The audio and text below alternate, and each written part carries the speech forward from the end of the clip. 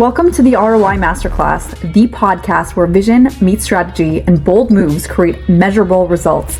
I'm Liat, Siegel, interior designer and ROI strategist with 17 years of experience. I help businesses transform properties and ideas into high-performing assets. This show is specifically for real estate investors, hospitality operators, and boutique developers who aren't afraid to take risks, challenge the status quo, and demand a return on every decision they make.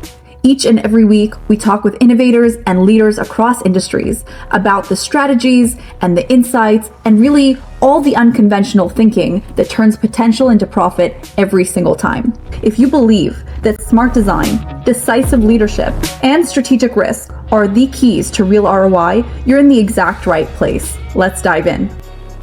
Today's guest is John Camire, a private chef, sommelier, and mixologist and hospitality project manager with more than 25 years of experience in New York City and abroad. John has executed high-profile events, designed bespoke culinary journeys, and built teams that deliver world-class hospitality. His expertise spans event management, artisanal cuisine, wine consulting, and craft cocktails, all tied together by a passion for creating transcendent ROI-driven guest experiences. John has also developed systems for employee management and scheduling, blending his culinary creativity with operational efficiency. His mission is to connect, communicate, and design experiences that leave a lasting impression, whether through food, wine, or culture. Thank you so much for joining us today, John. I'm so excited to have you and to hear about all your experience in high-end dining, and really, like, you lead teams with excellence. So tell us about how you got into what you're doing today. Yeah, it's quite a journey. Yeah, I've been in hospitality for a very long time, kind of worked my way up. When I arrived in New York in the mid-'80s, began working with incredible chef Sam Hazen. He's opening up a new restaurant in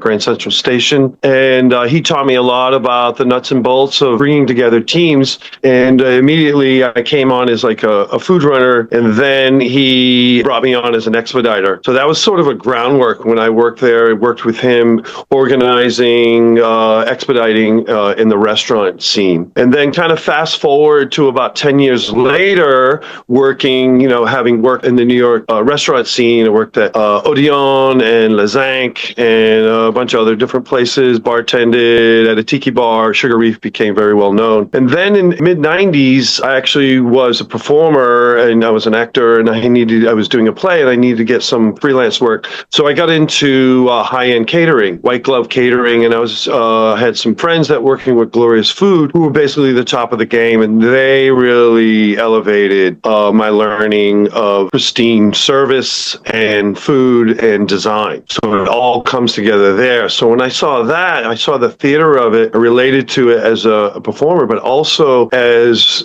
someone who loves food. I mean, just my girlfriend today, she's always amazed. I wake up in the morning, I say, okay, this is what we're going to do.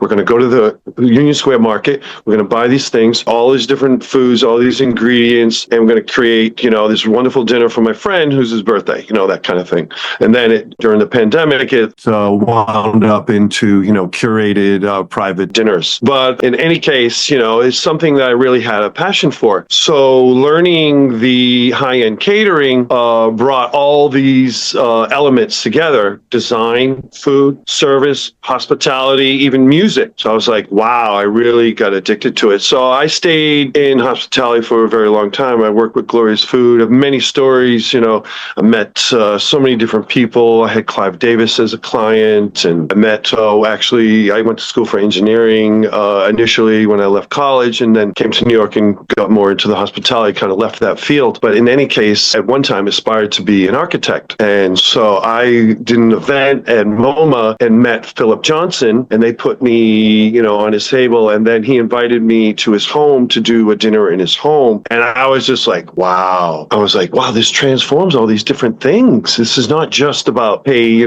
putting beautiful food on a plate, feeding people and walking away. It's like you're part of the experience. It's an experience, no longer just just serving food and drinks. It's like a whole experience. So I really latched onto that, and I got my culinary degree from ICE, the Culinary Institute, related to New School right before the millennium, thinking, maybe I would do something. I got together with some friends of mine who knew some people that could hire me. So I did a wedding. I did this Cajun wedding, and I was thinking about breaking away from the whole management thing, kind of just encompassing and doing my own thing, because I started building teams and freelancing on my own, because the whole thing was a freelance. So I had teams that I would run parties on my own, plus working with Gloria's Food. And then 9/11 happened. So that's really, I think I thought about it. It's like, this is really kind of simpatico, because right after 9/11, through that whole tragedy, the planes flew over my building. It was quite tumultuous time, and, grabbing to your bootstraps. Like, what are you going to do? You're going to be an actor, make no money,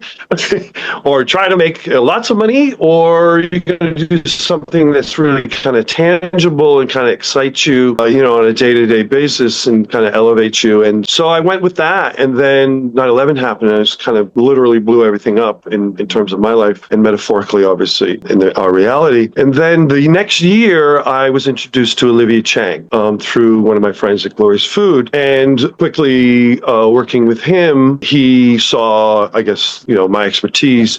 He was like, wait, so I was a captain with him, captain and a bartender. And he goes, you want to come on with the team and help me run the business and help me build the business? Because he was new. So he really wanted to kind of go after a competition with Gloria's Food. He was working with Creative Edge, prior. And I was like, yeah, let me give it a try. So I gave it a try, and lo and behold, I was there for 17 years. So we did a lot of incredible events, as you can imagine, that I organized, put together. I mean, there's so many on the list. We could be here all day, but one of the ones, the really fantastical ones that I helped organize and do was pretty amazing. It was the first time ever event on the UN lawn with Gucci, and they underwrote it, and it was with UNICEF. And basically the event was for UNICEF, and Madonna hosted, and Alicia Keys performed, and we outfitted everybody in Gucci outfit. And so, all of those things, down to what, the staff was wearing, on top of, creating an incredible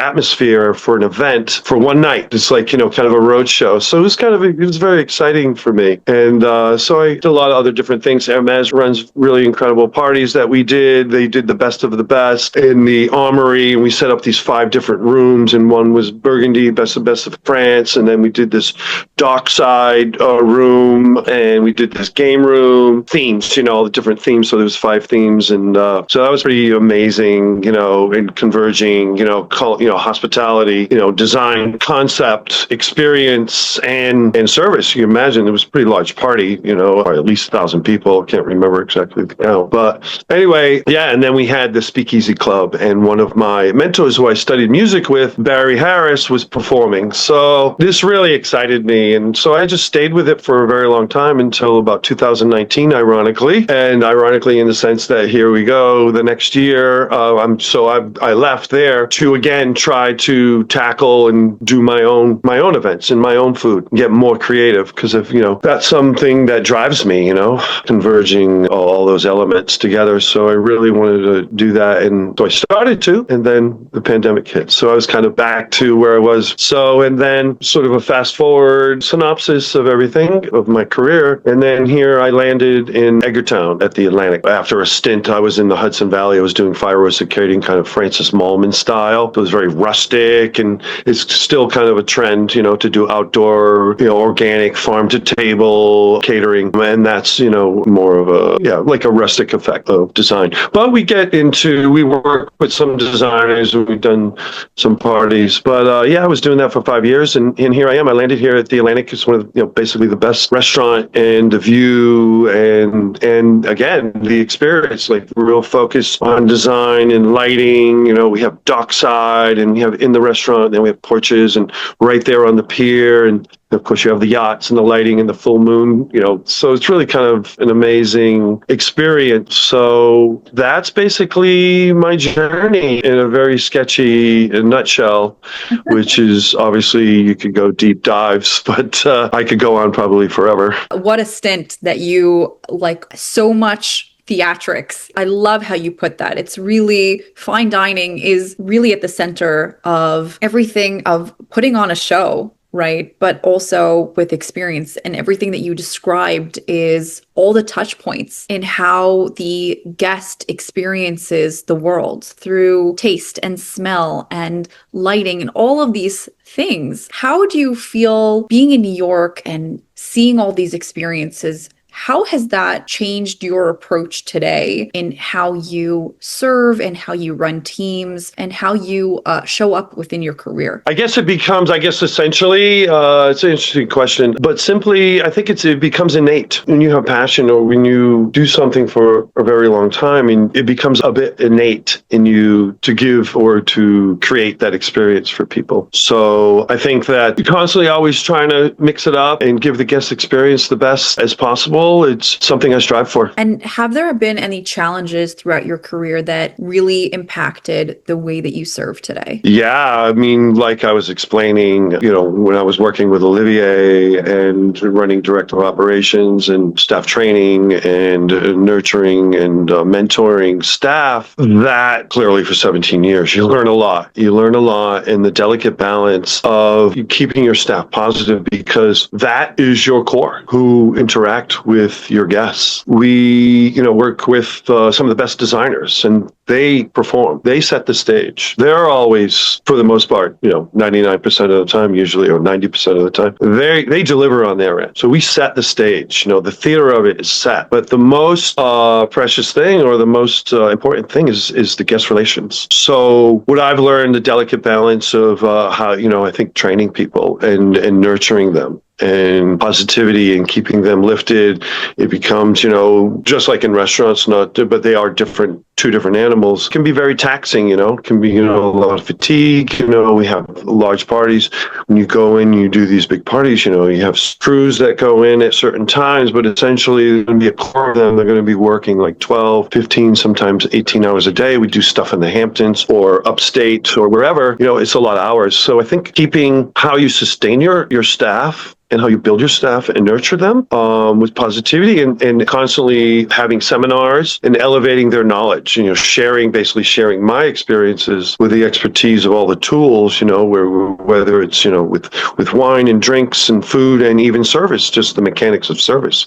I have to teach people, in the beginning when I was with Olivier, he was basically doing plated service. So he kind of brought that back into play with the white glove service that everybody was actually wanting.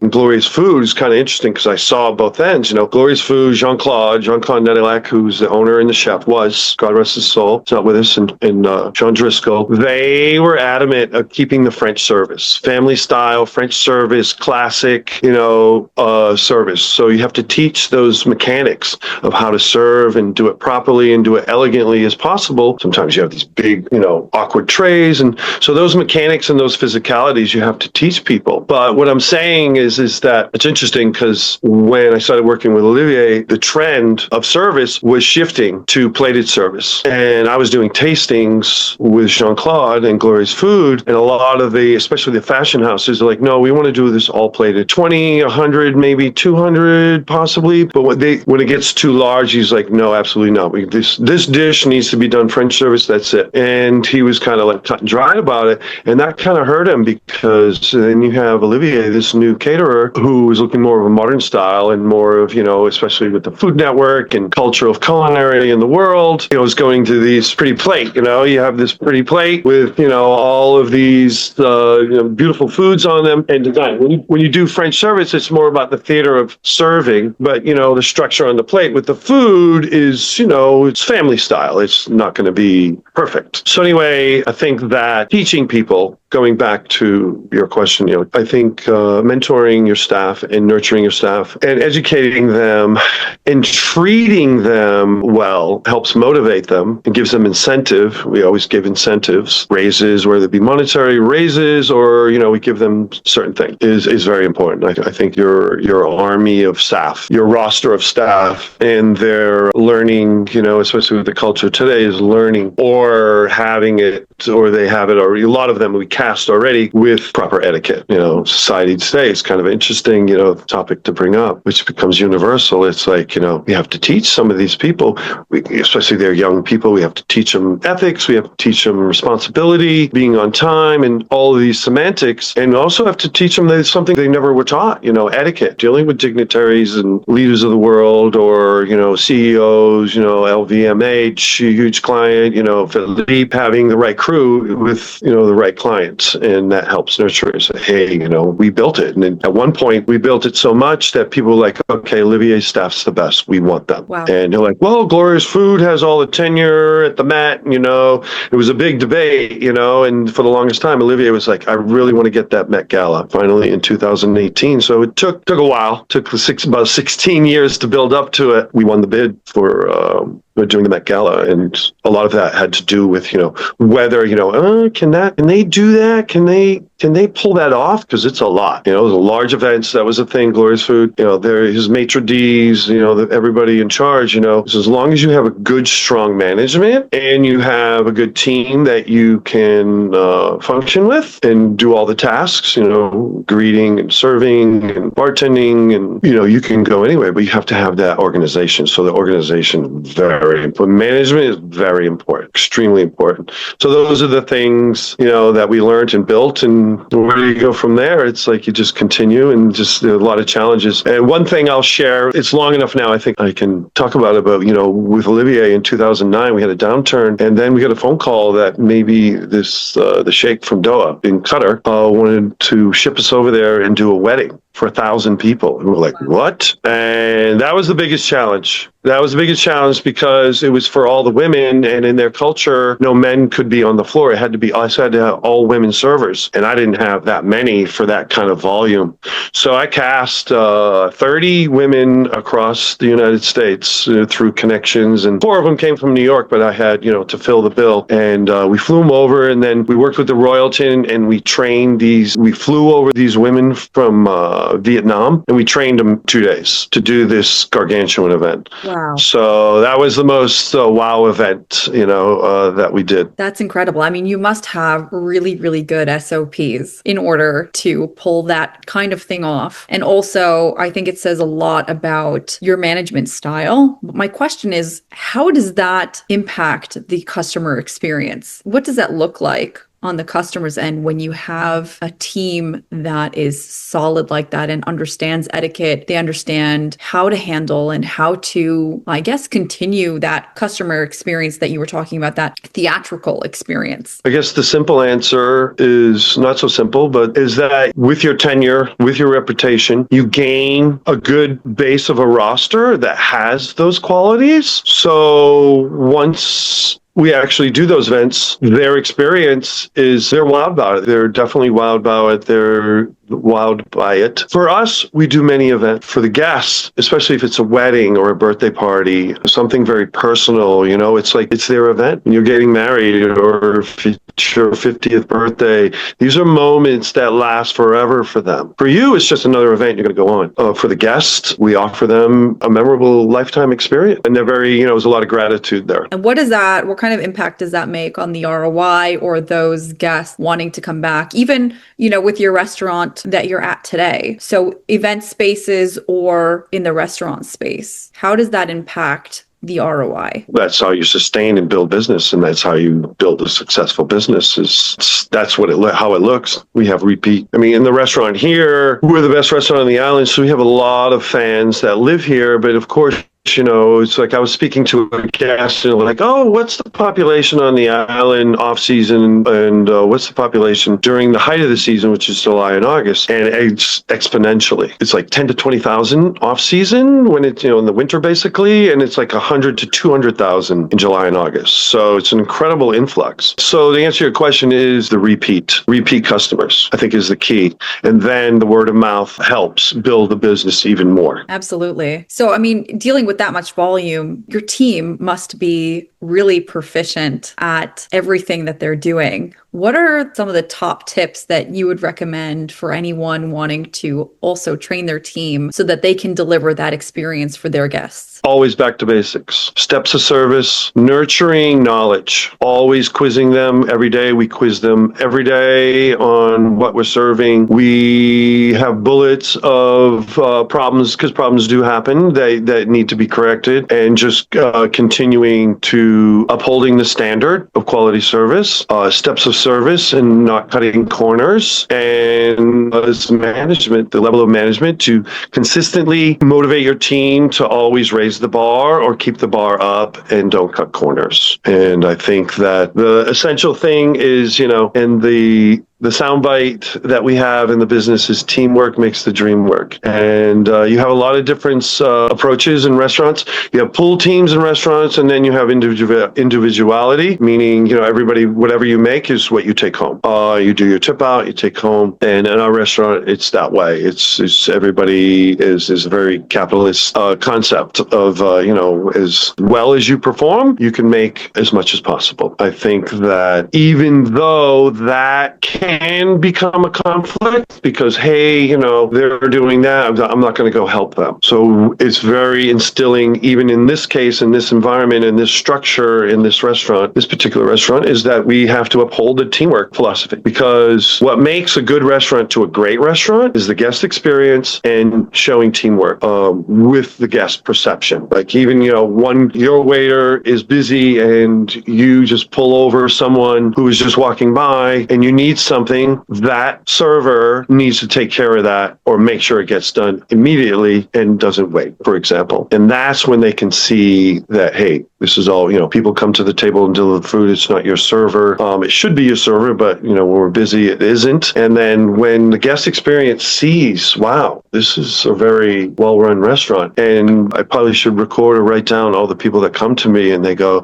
I ask them and say, well, how was your experience tonight? How was your Dover sole? And how was your tomahawk? And how was your food? And how was your experience? Did you enjoy yourselves beyond the food and the drinks? And they're like, wow, they compliment me a lot and say, your team is amazing. So you're doing a great job. I love that you're getting that feedback. I think that is a small, quote unquote, small nuance, but it's really not, because that is what makes a huge difference. When I talk to investors, even about a multifamily property, we just had someone on the show that says he does an exit interview with each person to find out what works and what doesn't. It is the feedback from our customers that helps us be better and our team perform at the next level. And I love that you said there's always mistakes, right? I don't think that we can live in a society or live or be human without these mistakes, and setting expectations accordingly with the team to know, okay, so here's the backup plan. Here's the thing that we do when there is something. That's huge. And that's huge leadership for them. I love everything that you're sharing today. And it's so insightful how you're running the team, all your experiences, and how that's made you who you are. Can you share with our audience just one tip if they were building a team and wanting to create excellent service? What would that be? Recruitment is very key, and being meticulous and making sure that the applicant or the future employee has good ethics. So that was one of the things, when I worked with Olivier in hiring people, it was really finding out. It's like, okay, so fine, you have experience and you know how to do this and you know how to French serve and you worked here and those are reputable places. So you do the background check, very important. So you have all the tools. I'm like, okay, you seem to have all the tools. Tell me about yourself. So I think the most important thing is that because it's a guest experience, and as we spoke, is to find out who they are as a person. What have they done? Where are they going? And why are they here? And if basically what I'm saying in between the lines here is that because you're dealing with these high-end people, more so with the catering, but they come across here in the restaurant as well, a good quality restaurant. You have some of those people that come in and dine with us. And the key is to their character. You have to be inquisitive and learn about them as a person and see who they are. Do they have the ethics? Do they have the drive? Have the responsibility? And are they truthful? Are they trustworthy? And you have to find that out in another way, not just, hey, I have all this experience. And you can get that just with those questions. You can get that right away, because people that are impatient and don't feel uncomfortable about that, maybe they're okay in a restaurant, but not in, send someone in a private home up on Park Avenue or where have you. You got to know that these people are trustworthy, and you have to find that out. I love that. Character is everything. Thank you so much for joining us, John. It's been such a pleasure speaking with you and hearing about your vast experience. And I can't wait to see what you do next. Thanks for joining. You can find me on Instagram, Camire Kitchen. That's Camire Kitchen on Instagram, and then on LinkedIn, a deep dive for my experience and things that I've done. You can find me on LinkedIn, John Camire, J-O-H-N. Amazing. Thank you so much for joining us. You're welcome. My pleasure.